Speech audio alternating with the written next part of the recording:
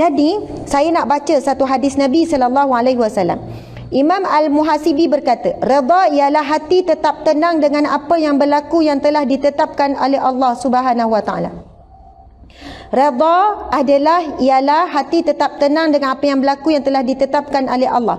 Imam Ibnu Athaillah As-Sakandari berkata, redha adalah pandangan hati terhadap pilihan Allah Subhanahu wa taala yang kekal untuk hamba-Nya, iaitu menjauhkan diri daripada marah.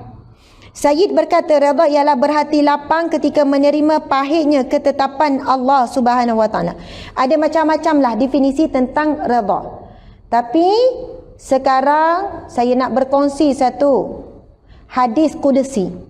Hadis ni saya banyak kali dah baca, dan ustaz kita kan, kita ada orang-orang alim di sini, dia lagi bila baca orang alim lagilah mendalam maksud dia.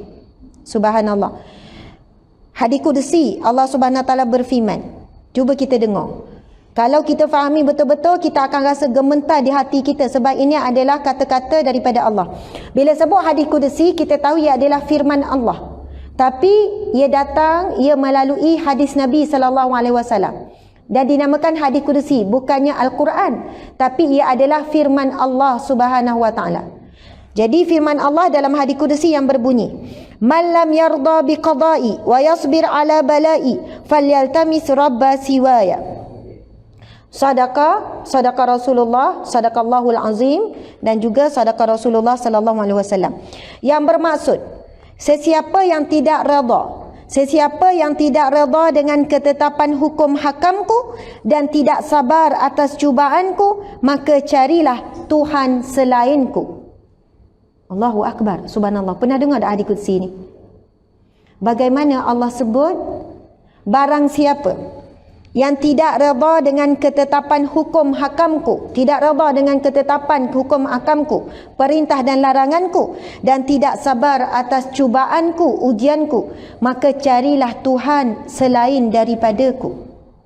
Allahu Akbar, subhanallah. Na'udzubillahi min zalik. Ia adalah satu saya tidak berani untuk syarah, subhanallah, walaupun kita bolehlah bagi tamsilan, bagi contoh-contoh, ibarat-ibarat, tetapi na'udzubillah, bimbang sangat, takut tersilap.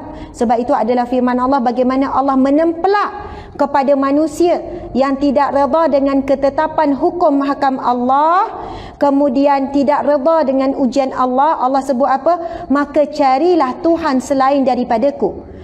Seumpama Allah tidak mengaku dia adalah hamba Allah. Seumpama bila Allah sebut carilah Tuhan selain daripadaku, na'udzubillahi min zalik, seumpama kita ini lari daripada lingkungan pandangan Allah, rahmat Allah, na'udzubillahi min zalik.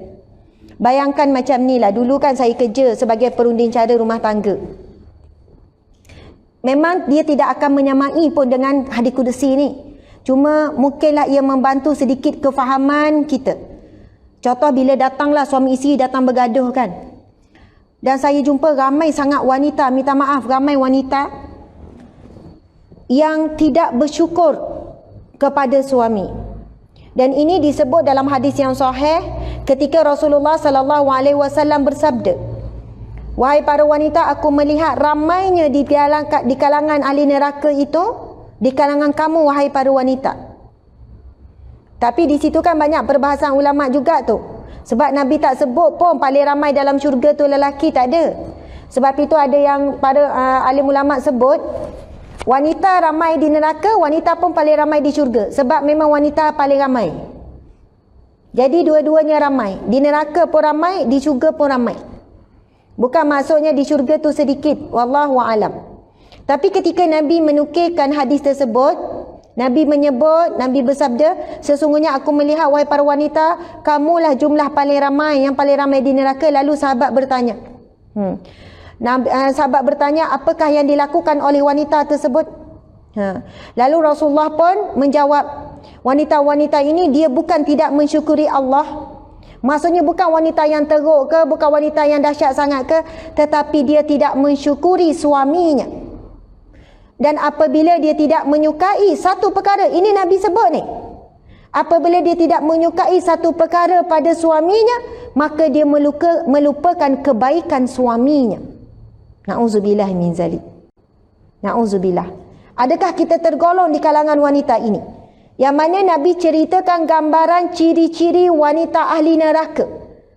Wanita ahli neraka ciri-cirinya adalah tidak mensyukuri kebaikan suami, membawa maksud jika adalah kekurangan suami, adalah kesilapan suami, lalu dia melupakan segala kebaikan suami. Bukan saya kata orang lelaki tak mempunyai sikap begitu. Sebab biasanya ujian lidah ni, mulut lembek ni orang puang. Betul tak mulut lembek? Istilah orang Ganu orang kata mulut lembek. Sebab orang puang ni dia main dengan emosi tu kan. Bila dia sedih, bila nak marah, dia main emosi.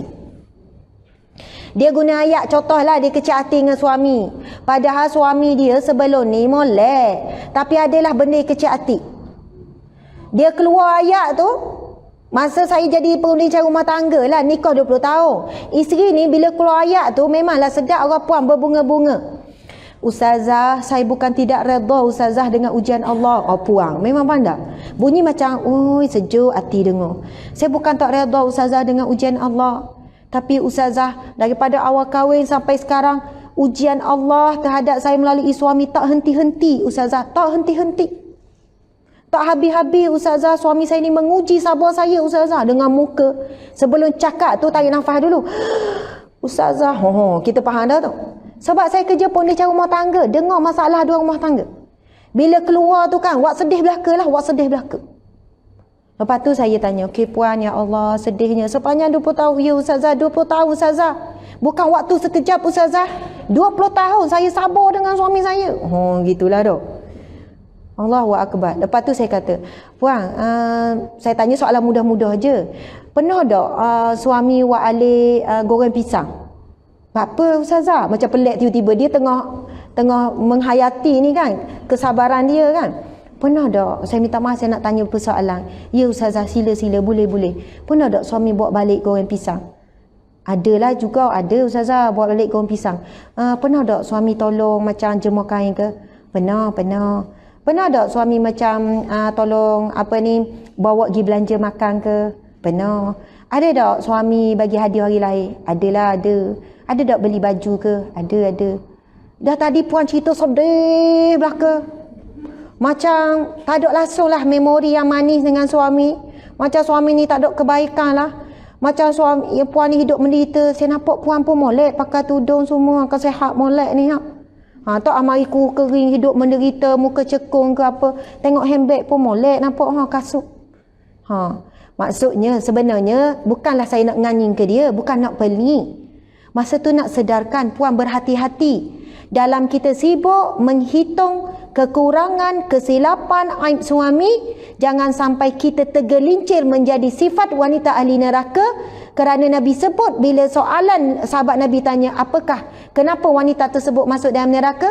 Kerana dia tidak mensyukuri suaminya. Apabila ada perkara yang tidak suka pada suami, dia melupakan segala kebaikan.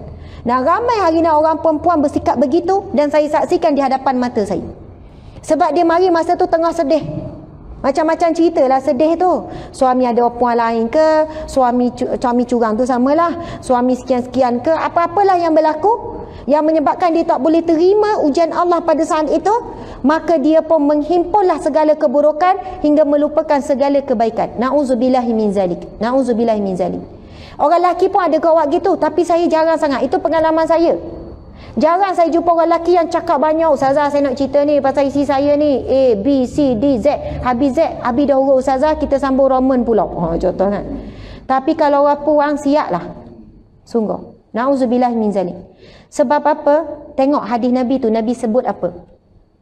Sekiranya sesiapa yang tidak redha dengan ketetapan hukum hakamku dan tidak redha dengan ujianku, maka carilah Tuhan selainku. Na'udzubillahi min zalik. Nampak benda tu macam kita tak tergolong kok di kalangan yang tidak redha dengan ujian Allah.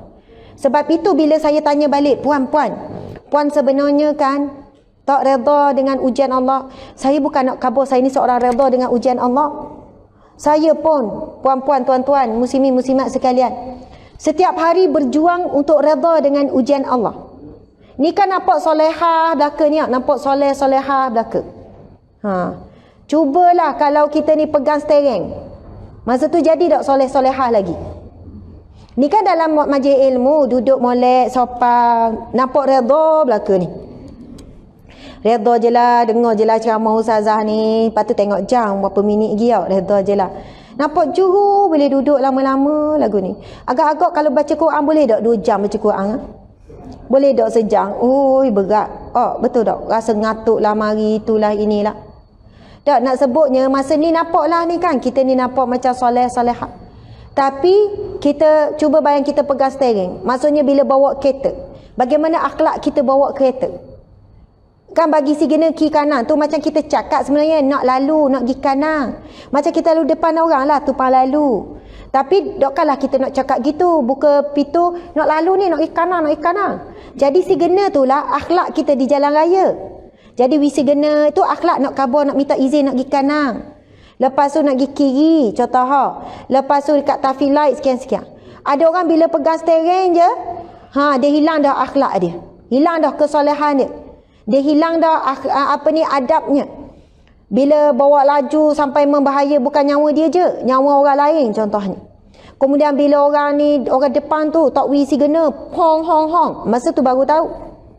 Sebenarnya sepanjang perjalanan kita tu kita sedang diuji oleh Allah Subhanahu Wa Taala melalui pantaraan semua orang-orang keliling kita ni. Betul kan? Angguk je lah ustazah dak masuk dah ni. Pukul berapa dah ni? Masya-Allah.